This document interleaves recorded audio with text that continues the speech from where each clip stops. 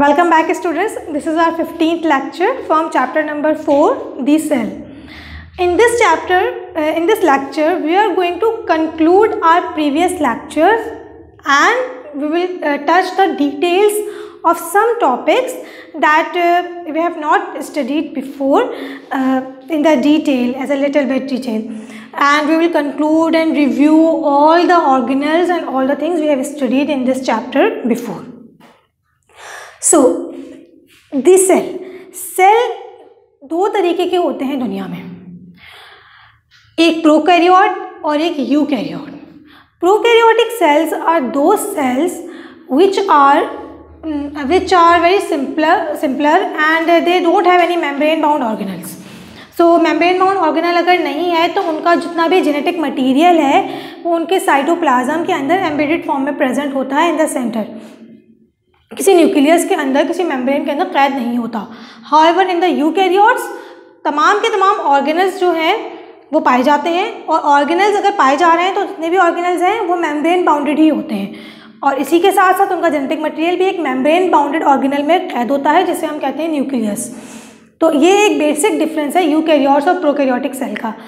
अब हम further move करते हैं यूकैरियोटिक सेल में ही आगे. यूकैरियोटिक सेल की जब हम बात करते हैं तो दुनिया के अंदर दो तरीके के बेसिक क्लासिफिकेशंस हैं और ऑर्गेनिजम्स की, एक एनिमल्स और दूसरी प्लांट्स.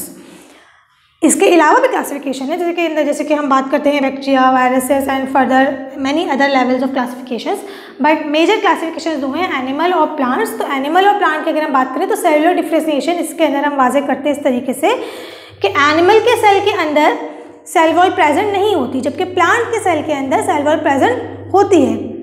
तो plant cell have cell wall or surrounded by cell wall, while animal cell is only surrounded by plasma membrane, or you can say cell membrane.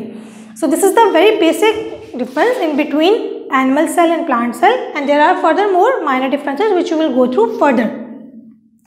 जब हम बात करते हैं सेल वॉल की, क्योंकि यही एक आउटर मोस्ट मेम्ब्रेन है जो कि प्रेजेंट है किसमें, प्लांट सेल में, और एनिमल सेल की आउटर मोस्ट मेम्ब्रेन कौन सी है, सेल मेम्ब्रेन. देखिए हम स्टार्ट करेंगे सेल वॉल से, क्योंकि प्लांट सेल में ये आउटर मोस्ट है. सेल वॉल को अगर हम रिव्यू करें तो ये तीन तरीके के मेम्ब्रेन्स के ऊपर कंसिस्ट करती है, middle lamella, primary wall and secondary wall. So middle lamella is the connecting membrane in the two cells and their compositions are different as we have studied earlier कि हेमिसेलुलोज, पेक्टिन, लिग्निन, इनसे मिलकर ये membranes बनी होती हैं. इसके अलावा in between the membranes एक कनेक्टिंग चैनल प्रेजेंट होता है जिसे हम कहते हैं प्लाज्मोडिस्मेटा. तो this is about the cell wall. Plasma membrane हमने पढ़ी. प्लाज्मा मेम्ब्रेन में हमने ये जाना था कि ये एक सेमी फ्लूइड स्ट्रक्चर है, and it consist on proteins embedded in between the fat molecules. तो ये इस तरीके का स्ट्रक्चर होता है कुछ. ये इसकी ग्राफिकल रिप्रेजेंटेशन है, नॉट एग्जैक्ट डायग्रामेटिक, कि ये इसके polar and non polar ends होते हैं. ये लिपिड बाइलेयर है और इसके बीच में प्रोटीन के मॉलिक्यूल्स एम्बेडेड होते हैं. इस स्ट्रक्चर को हम कहते हैं कि ये फ्लूइड मोज़ेक मॉडल है. मोज़ेक मॉडल हम इसे क्यों कह रहे हैं, मोज़ेक मॉडल हम इसे इसलिए कह रहे हैं क्योंकि ये जो प्रोटीन के जो मॉलिक्यूल्स हैं ये मोज़ेक के पैटर्न की तरह, यानी जिसका कोई डिफाइंड पैटर्न ना हो. जैसे कि मोज़ेक के अंदर, मार्बल के अंदर मोज़ेक पैटर्न डिज़ाइन किया जाता है, इसका कोई वाज़े पैटर्न नहीं होता. बिल्कुल उसी तरीके से यहाँ पे प्रोटीन के मॉलिक्यूल्स एम्बेडेड हैं इन द मेम्ब्रेन, और ये सेमी फ्लूइड कंडीशन में होती है, just like the jelly consistency of the jelly, और ये प्रोटीन मॉलिक्यूल्स में फ्लोट कर सकते हैं. This model was put forwarded by Singer and Nicolson in 1972. तो this is fluid mosaic model in the plasma membrane. So plasma membrane का review क्या है कि एक फ्लूइड मैट्रिक्स है, बाइपोलर स्ट्रक्चर है, polar and non polar ends होते हैं इसके अंदर, और लिपिड का बाइलेयर स्ट्रक्चर है ये, जिसके अंदर प्रोटीन के मॉलिक्यूल्स एम्बेडेड है. फर्दर हम मूव करते हैं अपने नेक्स्ट पार्ट की तरफ, cytosol, cytoplasm. Cytoplasm is not an organelle, but it is a place inside the cell in which all the organelles are present, in which all the organelles are embedded or moving around. So it is a matrix. in which cell sap is present and all the organelles just continuously move and embed in them. Further, plastids. This is the organelle which is only present in plant cell as it is a pigment containing molecule, and plant cells do require pigment for the purpose of photosynthesis and for the purpose of color development, so that they can do pollinate and many other factors. पहला हम इसको उल्टा start कर रहे हैं क्योंकि मुझे इसकी डिटेल बतानी है आगे आपको क्लोरोप्लास्ट की, तो मैं पहले सिंपलर वन की बात करूँगी। ल्यूकोप्लास्ट कलरलेस प्लास्टर्स होते हैं and they have the ability to convert themselves into coloured one, but they are mostly present in the underground parts like the tubers, जैसे कि आलू, जितने भी राइजोम्स हैं, अंडरग्राउंड पार्ट्स, उनके अंदर ये ल्यूकोप्लास्ट प्रेजेंट होता है। This are colourless and they can convert on the exposure to light into any pigment. Chromoplast colored plastids जो कि फूल को फ्रूट को कलर प्रोवाइड करते हैं, ये क्रोमोप्लास्ट होते हैं। इसी के साथ साथ एक और टाइप है, इससे पहले आनी चाहिए, जिसे हम कहते हैं प्रोप्लास्टिड। प्रोप्लास्टिड जो है वो प्लास्टिड्स हैं जो कि अभी जस्ट बने हैं और अभी इन्होंने अपने आप को डिफाइन नहीं किया है कि हम आइदर ल्यूकोप्लास्ट बनेंगे, क्रोमोप्लास्ट बनेंगे या क्लोरोप्लास्ट बनेंगे, ठीक है। तो ये बिल्कुल न्यूली फॉर्म प्लास्टिड्स होते हैं। क्रोमोप्लास्ट कलर्ड प्लास्टिड्स होते हैं। फर्दर क्लोरोप्लास्ट जो है वो ग्रीन पार्ट्स के अंदर पाया जाता है, या वो प्लास्टिड जो कि क्लोरोफिल को कैरी करे उसे हम कहते हैं क्लोरोप्लास्ट, ठीक है। तो जो क्लोरोफिल को कैरी कर रहा है वो क्लोरोप्लास्ट है। तो क्लोरोप्लास्ट का पर्पस क्या हो गया कि वो फोटोसिंथेसिस करे। क्यों? क्योंकि क्लोरोफिल हेल्प करता है फोटोसिंथेसिस करने में। अब हम बात करेंगे प्लास्टिड के स्ट्रक्चर की। प्लास्टिड का जो स्ट्रक्चर है वो इस तरीके से होता है कि डबल मेम्ब्रेनस स्ट्रक्चर है और इनसाइड इट्स बॉडी इसके अंदर मेम्ब्रेन्स ने अपने आप को बहुत ही हाईली कॉम्प्लेक्स वे के अंदर ऑर्गेनाइज किया हुआ है। तो हाईली ऑर्गेनाइज स्ट्रक्चर है। दो तरीके की मेम्ब्रेन्स होती है। ये जो स्ट्रक्चर है ये जिस मेम्ब्रेन से बना है इसे हम कहते हैं थाइलेक्वाइड मेम्ब्रेन।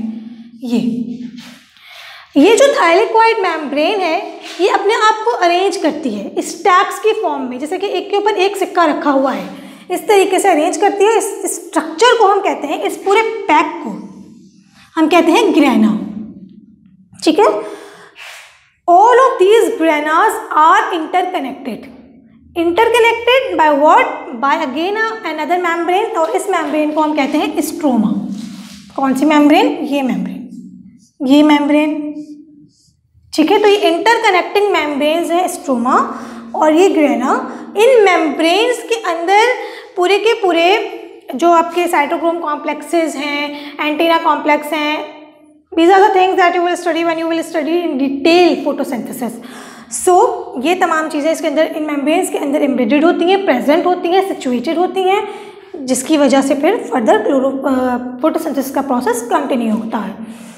माइटोकॉन्ड्रिया की बात करते हैं। Mitochondria is a site of respiration. It is a double membranous structure which has its own DNA. Site of respiration क्यों? क्योंकि ये रेस्पिरेशन में हेल्प आउट करता है। इसके पास वो तमाम एंजाइम और वो तमाम फैक्ट्री प्रेजेंट है जो कि रेस्पिरेशन कर सकती है। As a result of respiration it produces ATP. Peroxisomes ये एक सिंगल मेम्ब्रेन बाउंड ऑर्गेनल है। इसके पास एंजाइम होते हैं जो कि कन्वर्जन में हेल्प करते हैं फैट की सक्रोज में। फर्दर ग्लायोक्सिसोम ये भी सिंगल मेम्ब्रेन बाउंड स्ट्रक्चर है, ये डिटॉक्सिफिकेशन में हेल्प आउट करता है। वैक्यूल की बात करें, वैक्यूल एक बहुत ही सिंपल सा ऑर्गेनल है। ये भी सिंगल मेम्ब्रेन बाउंडेड होता है, सेल सैप से फिल्ड होता है। In plant cell it can also act as lysosome, यानी ये सुसाइड सेक की तरह भी एक्ट कर सकता है जैसे कि लाइजोसोम करते हैं, क्योंकि इसके पास मल्टीपल टाइप के एंजाइम्स प्रेजेंट होते हैं। And sometimes it also acts as a storage body, यानी ये extra food material, extra enzymes, extra proteins, extra vitamins can store in itself. Ribosomes are protein factories. They have a structure that consists of subunits. Subunits कहते हैं एक डोम like structure होता है, एक plate like structure होता है, एक unit बड़ा होता है, एक यूनिट छोटा होता है, और ये प्रोटीन बनाने के काम आते हैं। एंडोप्लाज्मिक रेटिक्यूलम एक 3D मेम्ब्रेनस स्ट्रक्चर है। एंडोप्लाज्मिक रेटिक्यूलम की जो ये जो मेम्ब्रेनस स्ट्रक्चर है ये आपका एक्सटेंड कर रहा होता है न्यूक्लियस की मेम्ब्रेन से, पूरे के पूरे साइटोप्लाज्म में फैल जाता है। ये साइटोप्लाज्म में फैल जाता है। इसका काम ज़्यादातर ट्रांसपोर्टेशन होता है कि डिफरेंट टाइप के मटेरियल्स को न्यूक्लियस से लेकर सेल में ट्रांसपोर्ट करे डिफरेंट ऑर्गेनल्स तक या डिफरेंट प्लेसेस पर इनसाइड द सेल। ठीक है, there are two types of endoplasmic reticulum, rough and smooth. Rough वो एंडोप्लाज्मिक रेटिकुलम होते हैं जिनके ऊपर राइबोसोम्स अटैच होते हैं, स्मूथ वो जिनके ऊपर राइबोसोम्स अटैच नहीं होते। तो rough endoplasmic reticulum along with the transport also functions or also helps out in the synthesis of proteins. Golgi bodies membranous structure again membrane से ही बना हुआ है और ये flattened sacs है के ऊपर एक ऐसे stack बनता है sac like structure। ठीक है, और इनका भी बेसिक काम यही है कि ये ट्रांसपोर्टेशन में हेल्प करें। There are many other functions also which we have studied earlier. This is we are just going through here in a very quick way, so we can summarize our chapter and you can have a clear picture of the chapter. So go through detail in our previous lectures. ठीक है, फिर हम बात करेंगे cytoskeleton की। Cytoskeleton network है microtubules का। ये साइटोस्केलेटन हेल्प आउट करता है कि सेल अपनी एक शेप में रहे और सेल के अंदर जो हम बाद में माइटोसिस होता है, मियोसिस होता है, उसके अंदर हेल्प आउट कर रहा होता है साइटोस्केलेटन कि वो माइक्रोट्यूब्यूल्स बने और फिर जो क्रोमोसोम्स हैं वो सेपरेट आउट हो सकें। So cytoskeleton helps in a multiple different ways to maintain the structure, to do the mitosis, to do the meiosis and many other ways. There is one more thing, that is centriole.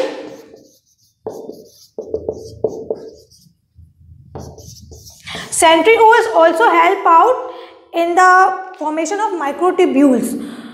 Microtubules helps during mitosis, during meiosis, in which we need to separate, cell needs to separate the chromosome from each other ताकि दो जो strands हैं वो separate out हो सकें और दो अलग अलग सेल वजूद में आ सकें।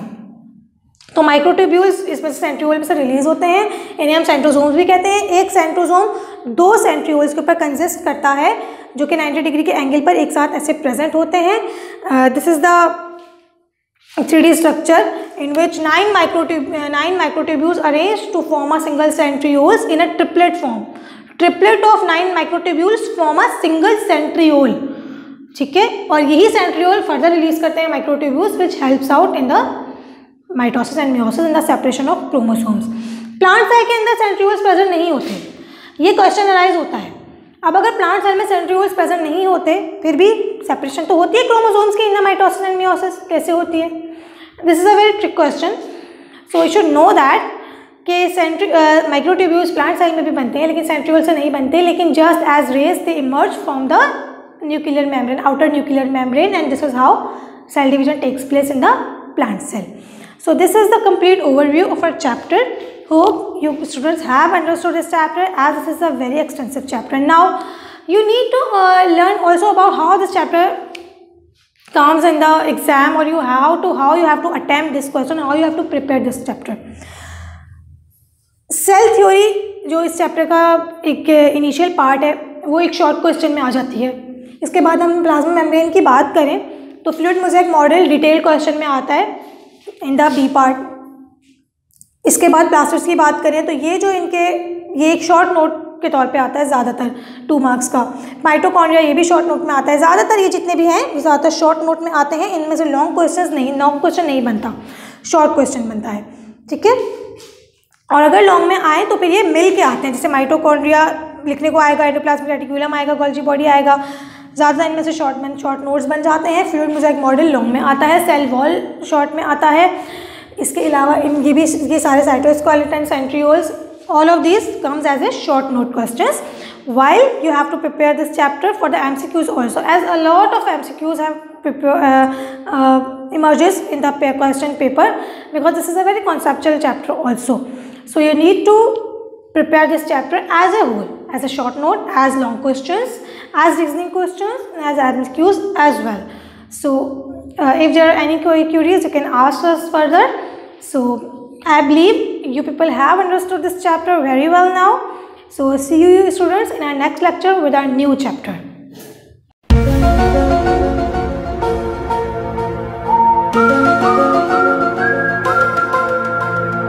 बाय।